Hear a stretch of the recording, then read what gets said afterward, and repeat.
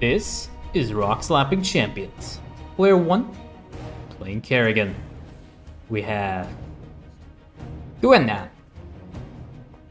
And player 2, playing Alarak. We have Mondays. So, let's have a look at the masteries. While the players get set up, Kerrigan is a level 39 Ascension Kerrigan player. And they have gone into 12 points into the energy regen, 1 point to the Kerrigan attack damage, 1 point to the Vespene cost reduction, and 12 points to the immobilization wave, and then 1 point into the fast evolution, 12 points to the primary ability, improvement mastery. So it appears that they do like having 1 point randomly spread across the masteries for some reason, and they have picked the Desolate Queen Prestige. So this is Kerrigan P3, so they are or at least they should be, a very experienced Kerrigan player. Alarak has gone for no masteries because he has no masteries to go for, because he is a sub-mastery level commander, and he has picked the Tyrant Ascendant Prestige, and this one is the P2 Alarak. So this one is the one that improves your Empower Me cooldown and makes it a little bit better. Alarak is now using his Photon Overcharge to clear his expansion. And one of the unfortunate things is, until you get your masteries, you don't really have the ability to all clear your rocks, your gas rocks, with 1 Photon Overcharge. So you will need 2 to clear that out. What do we have in production for Kerrigan? We have nothing in production for Kerrigan right now. And Kerrigan is sitting at around 1,300. Did Kerrigan actually go AFK at the start of the mission? This would be very, very unfortunate. Yeah, Kerrigan is actually AFK for the first part of the mission, which I guess is okay, but it would normally be a disqualification from Rockslapping Champions before you guys tell me, oh look, this guy's AFK, you should not be casting AFK games because you said people should not be AFK. This would be a disqualification from Rockslapping Champions, but I think this replay was way too good to skip out on. So we'll wait for Kerrigan to come back in the meanwhile, and I'm going to try and be a little bit interesting. You can see the deck of composition is Shadow Tech, and now you may suddenly realize why I chose to keep casting this Rockslapping Champions episode, because Rockslapping Champions is going to be very interesting right now. These Reapers are going to go, and they are going to start attacking the Temple. Kerrigan still AFK right now, and Alarak will have to go and deal with this attack wave. Kerrigan has spawned right now, and there is Kerrigan, and if you have not played P3 Kerrigan yet, Kerrigan has a special skin when you are using the 3rd Prestige. So there we go. Alarak has basically deleted the first attack wave of this mission, and Kerrigan is still nowhere to be found on this map, and Kerrigan will be chilling here for a little bit of time, and now Kerrigan has woken up. So welcome back, Kerrigan. 4 minutes and 30 seconds into the game, Kerrigan is back now, and what is Kerrigan going to do? Kerrigan is going to produce some gas, wants to produce some gas. Very intentional, by the way. And what else is she going to be putting up? We have another hatchery coming out. Okay, so that's good. That is good macro. Kerrigan's realized they have way too many minerals, and they're going to need the extra hatchery anyway. So they might as well take second hatchery. But Kerrigan has actually chosen to not take the expansion over here, and Kerrigan should have actually rock slapped here. I would usually recommend rock slapping with Kerrigan, just clear your expansion as quickly as possible, but Kerrigan has other things on her mind, and that is to take out the bonus objective. The legendary bonus objective that just attracts all the rock slappers. My bonus objectives bring all the rock slappers to the yard, and this is no exception. There is Kerrigan just gonna go and attack this bonus objective. So Kerrigan has her priorities. She's come back after a long hibernation, 4 minutes and 30 seconds into the game, and we have an Overlord that is chilling over here. I wonder how Kerrigan, now I'm actually curious to know how Kerrigan is going to clear her rocks. We have the 3rd hatchery coming out, which is again okay. Kerrigan with the Desolate Queen can probably get away with 3 or 4 hatcheries, but at some point, Kerrigan will maybe want to have an expansion because, you know, free resources are always good. Free money is always good. We have a Photon Overcharge from Alarak, and Alarak will be able to handle this hybrid without any issues right there. And Kerrigan has finally conquered the first bonus objective and let her ally handle the rest of this mission. So what is Kerrigan going to do now? Just leads the army of Reapers, uses her... I have no idea what this thing is called. Crushing Grip? Gripping Wave? Crushing Grip, I think it is. I'm gonna call it the Kerrigan Lifty move. So we have a hybrid Lifty move, and now we have a Kerrigan Lifty move. There you go, guys. This is what it's gonna be called now for the rest of time. It's the Kerrigan Lifty move, and it's gonna be really rare to see that anyway, but Kerrigan Lifty move is there, and we will see what Kerrigan's plan is so far. In production, again, we have nothing, so it doesn't really matter if she was not really saturated, because she's floating 2,500 minerals at the 7-minute mark, which is kind of impressive. We have 4 macro hatcheries already out for Kerrigan, and still no expansion. What is Kerrigan going to do? She's going to go for the expansion now, isn't she? She's totally going to go for this expansion. Okay, and she uses her the shooty move that she has. I don't know what they're called. And we have a 5th hatchery on the way, and the 6th hatchery on the way. So we have a total of 6. Okay, now we have a legendary spawning pool that completes at about 8 minutes and 40 seconds, so that is okay. Kerrigan has finally cleared out her expansion, still waiting for her gas drops to clear, and floating a whopping 1,500 minerals right now. So I am not sure whether, I'm not sure what Kerrigan's plan is here, but anyway, she has cleared her expansion, and she's gonna put down another hatchery. And if you do not know already, this is way too many hatcheries. I don't even think Desolate Queen Kerrigan is gonna be able to utilize as much of those resources and as much as the larva that is available to her. And now we have an attack wave that is coming up, and Kerrigan has no army, so Kerrigan will have to use the Kerrigan Lifty move and the other Kerrigan shooty move that she has available to try and deal with this attack wave. And there are a lot of liberators here, so micro is going to be critical here. Kerrigan's going to be able to clear out these reapers without really any problems, but now these liberators are actually trying to take out the larva that is available on Kerrigan. Kerrigan has to be a little bit careful, taking a little bit of damage, walks right into the liberation zone, and gets shot down by the liberator. And that liberator just was not going to forego the chance at murdering Kerrigan. And now Kerrigan's 5th hatchery is probably going to end up getting taken out here. So that's the 5th hatchery gone. That one Reaper will probably end up getting killed. Alrak uses the Photon Overcharge here to try and keep this out. But the Liberator has sieged up right on top of Kerrigan's mineral line, and Kerrigan has lost a total of 6 drones and 1 Kerrigan and 1 hatchery at the 10-minute and 50-second mark. But wait, there's more! There is another attack wave right now. The Liberators will end up sieging up here.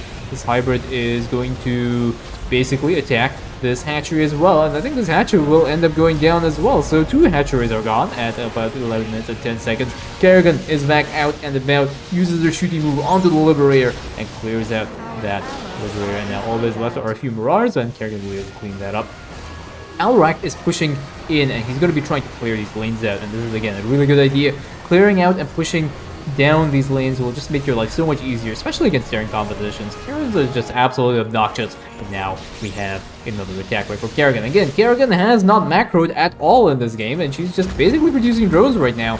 And now Kerrigan has gotten shot down by a set of Cyclones. Another Photon Overcharge on top of Kerrigan's hatchery here, just to try and keep her base alive. And these Marauders are just going to shred through that Photon Overcharge, because remember, Alrak is not at mastery level, so Photon Overcharge can't really murder anything as quickly as he would like. Another Photon Overcharge here to try and keep Kerrigan's army or Kerrigan's base alive, and that spawning pool goes down, and now Kerrigan is on the back foot. At least she has her hide push, so she doesn't really need very much here. And what do we have? A Wrathwalker here that ends up one-shotting the rest of this attack wave. Alrak is going to be warping in a few more of these units, and he will have to engage this attack wave all by himself. There is no one here to help him. He is all by himself, and he is going to have absolutely no problems dealing with that. There's a nice blink forward using his Stalkers, and he's going to pick off those Liberators, focus fire them down. And Kerrigan now wants in. She is out for blood, and she is going to push into this next attack wave and realizes this is a good idea, apparently. And she uses her mobilization wave. This is actually really good at mobilization wave there, and a very nice timing on the simulation ore as well. And there are a lot of resources here, and Alrak is just going to gobble those resources up. He is going to get so much value out of those resources right now, and yeah, he's going to end up macroing like a maniac right now, and we have Frenzy coming out for Kerrigan, which is also okay. So where is her Hydralisk Den? Okay, so Hydralisk Den is parked over here. She's queued up the rest of her upgrades over here, and now, but again, unfortunately, Kerrigan has no other upgrades for her Yeah, she has no ability efficiency upgrades, so she cannot spam her abilities as much as she'd like. There's another 120 seconds left on the mobilization wave, and Amon's army is focusing this hatchery down, and down goes the hatchery right now. A few more liberators do end up sieging up. Like, those liberators did aggro the broodlings here, and now the liberators will try and focus down Kerrigan, but Alrak jumps in, helps his ally out, and all is good. And now we have an SCV coming up here. And this is exactly what I was talking about earlier, is you want to clear these lanes, because Terran is just going to put siege tanks, they're going to put bunkers, they're just going to make your life absolutely miserable. We have 3 upgrades coming out. All 3 Kerrigan upgrades are coming out for Kerrigan right now. She needs those upgrades as quickly as possible, but what is going... So we don't even have full saturation on this expansion, so this expansion still needs a few more workers. And Kerrigan's putting down another hatchery here. Of course, she's putting down another hatchery. She has so much larva. How much larva does she have? She has plenty of larva. But she needs to rebuild her larva count here. And Alrak has been left to try and tend to the entire rest of the attack by Kerrigan, just meandering around, just having a look at the temple. You know, trying to repaint the temple or something. Having a look. We're getting scratch damage here. And where is Kerrigan going? I think she wants to deal with the next Thrasher. I'm not really sure what her plan is. It's really difficult to guess when, like, I do not know. Okay, we have 6 overlords on the way. So Kerrigan kind of got mad being supply blocked, and now she has armor, and she has ranged attack upgrades coming up. So at least she's getting the right upgrades for her idolisks, which is good. So 6 overlords out right now, which is kind of nice. But again, what is Kerrigan doing? She is no APM right now, so Kerrigan appears to be gone AFK again for some no apparent reason. In the middle of a slugfest, Kerrigan has decided to walk away. Oh no, she's back. She's back. So she was just basically looking at those overlords, I think. She wasn't really AFK. She was just admiring those overlords. And now the next boy Thrasher's out, and Kerrigan again wants to jump in and have some fun and see what is going on. 400 APM for Kerrigan. So she's gonna try and average out her APM right now, and yeah, we have 18,000 damage dealt by Kerrigan in general. So, attack wave has been cleared out, Void Thrasher has been cleared out, and Alrak is going to jump in and delete this bonus objective again without really any issues. Blink forward here, and down goes the bonus objective. Kerrigan just being swept away by the river of Tal'Darim units. And what does Kerrigan have to show for her time on this mission? We have 30 Hydralisks, which are all waiting around, doing nothing at the moment. Kerrigan wanted to try and poke in, and now she has seen these hybrids, and is like, nope, I am just going completely, I am going home. There are a lot of big scary units here that I do not want to deal with, and that, I think, is a good idea. And there's one small problem, is that the attack wave is not going to be chilling over there. Instead, the attack wave will be moving towards Kerrigan. So her Hydralisks are nowhere near in position. She has her immobilization wave ready, so she could have actually moved her Hydralisks and here, and she has to be ready. Cyclones lock onto Kerrigan, and that Hybrid Dominator is okay. But for some reason, the Hybrid Dominator is more mad with the Hydralisk than it is at Kerrigan for some no apparent reason. So I have more Cyclone lock-ons over here. Kerrigan has cleared out 2 of the purple hybrids, but now there are Seeker Missiles, Liberation Zones, Cyclone lock-ons, and Marauders all focus firing down Kerrigan. Kerrigan's fighting inside the Liberation Zone. Actually comes in. I'm kind of surprised she survived that. That was very, very unexpected. Like, she lost 3 Hydralisks in the whole engage. She has lost 4 hatcheries so far, so that is somewhat unfortunate. But she did end up surviving. She is putting down some Spine Crawlers right now to spend some of her minerals, but I don't think that is the solution to her problems. Those Spine Crawlers don't really do very much. Spine Crawlers are usually just an early game defense mechanism that you would normally use on something like Rifts to Core Hall or sometimes even Void Launch.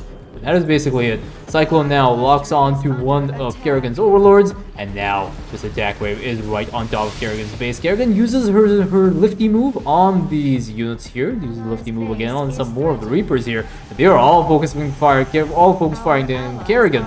And Kerrigan is going to end up surviving with about 150 HP left, and that is also kind of nice.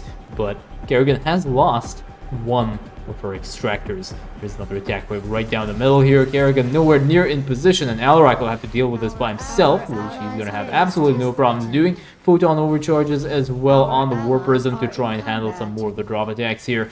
And where is Kerrigan going? Kerrigan is just meandering around Alarak here. So, very, very odd. She is killing a few things over here, which is also okay. But we have an immobilization wave. I'm not really sure why the immobilization wave was used. She needs that immobilization wave for the subsequent set of attack waves that will be coming up and dealing with her lane. How many Hydralisks does she have right now? She has 43 Hydralisks sitting at 127 supply. It's not too bad considering she was AFK during the first 4 minutes of the game and not really doing anything. But we will see how Kerrigan is going to go and deal with these last set of Void Thrashers. With these last set of Void Thrashers, they're going to be accompanied by really, really nasty Amon units. And remember that the enemy composition is Shadow Tech, and Shadow Tech is everybody's favorite composition in co-op. Alarak is pinging his allies, saying, go deal with the Void Thrasher. Kerrigan gets the message, sends her Hydralisks over there, but because Kerrigan has not bothered pushing into this base here, there is going to be a lot of defenses, and this is actually a really good thing to demonstrate to you guys, like why why I encourage people to clear their lanes. It's because you have bunkers and siege tanks and all sorts of junk over here. Kerrigan is over here for some reason. And now there's an attack wave right on top of Alarak's base, so this is going to be absolutely catastrophic. Kerrigan is hanging around Alarak for some reason. I think she is kind of interested in Alarak, maybe wants to ask him out for dinner. And now Kerrigan's army is being body blocked by each other, and they are not getting a perfect attack damage output, and Kerrigan has chosen to go for the bonus objective. Of course, she's gone for the bonus objective. She has forgone her army, not really interested in dealing with the bonus, interested in dealing with the attack wave or the Void Thrasher, letting her army die, and she wants to go and clear this bonus objective out by herself. And as she's just auto-attacking right now, these Hydralisks are just chilling over here, and now they are going to walk into a set of Hybrid Dominator, which seems to be very upset, Cyclone Lock-ons, Liberator Siege Zones, and Ravens with their secret missiles, and that is pretty much the end of Kerrigan's army. Kerrigan has lost a total of 46 Hydralisks, and guess what? This is an attack wave, so this attack wave is not going to be chilling and saying hello to the Void Thrasher. They will be pushing up this ramp, and Kerrigan has pretty much bonus objectives to show her. She has cleared the bonus objective by himself, gets moved back by the bonus objective, but now that attack wave is pretty much right on top of her base, and this is going to be very, very problematic. Alarak is going to try and help his ally out. He knows his ally is not really doing very much, and I do not know if this is going to be a wise idea. Alarak is going to be out of position. Hydralisks try and move forward, but they are fighting right in the center of Liberation Zones. Storms come down right on top of these Hydralisks, and a lot of good Hydralisks have gone down so far, and now we have next triple prong attack here. 59 Hydralisks are dead, but Kerrigan has joined her army, and she is ready to exact her revenge on Amon, and she chooses to stand right on top of the Liberation Zones, and she is just gonna get... Oh, actually she ended up surviving. That's very, very surprising here. Still not dealt with the Void Thrashers, but I was kind of surprised that she ended up surviving. Alarak just gonna go and focus and just like solo the attack waves by himself. Kerrigan sends her Hydralisk right through the Void Thrasher slash damage AoE area, and now there is another attack wave here right on top of Alarak, but Alarak has pretty much cleared out everything else, so all that's left is for Kerrigan to try and deal with this one Void Thrasher. Void Thrasher murdering a few more of her Hydralisks, and that's pretty much it. Kerrigan has lost a lot of time. She's probably going to end up getting focused up. Yep, she ends up surviving, which is kind of surprising again. Kerrigan survives, but is a temple defended barely, and that is GG.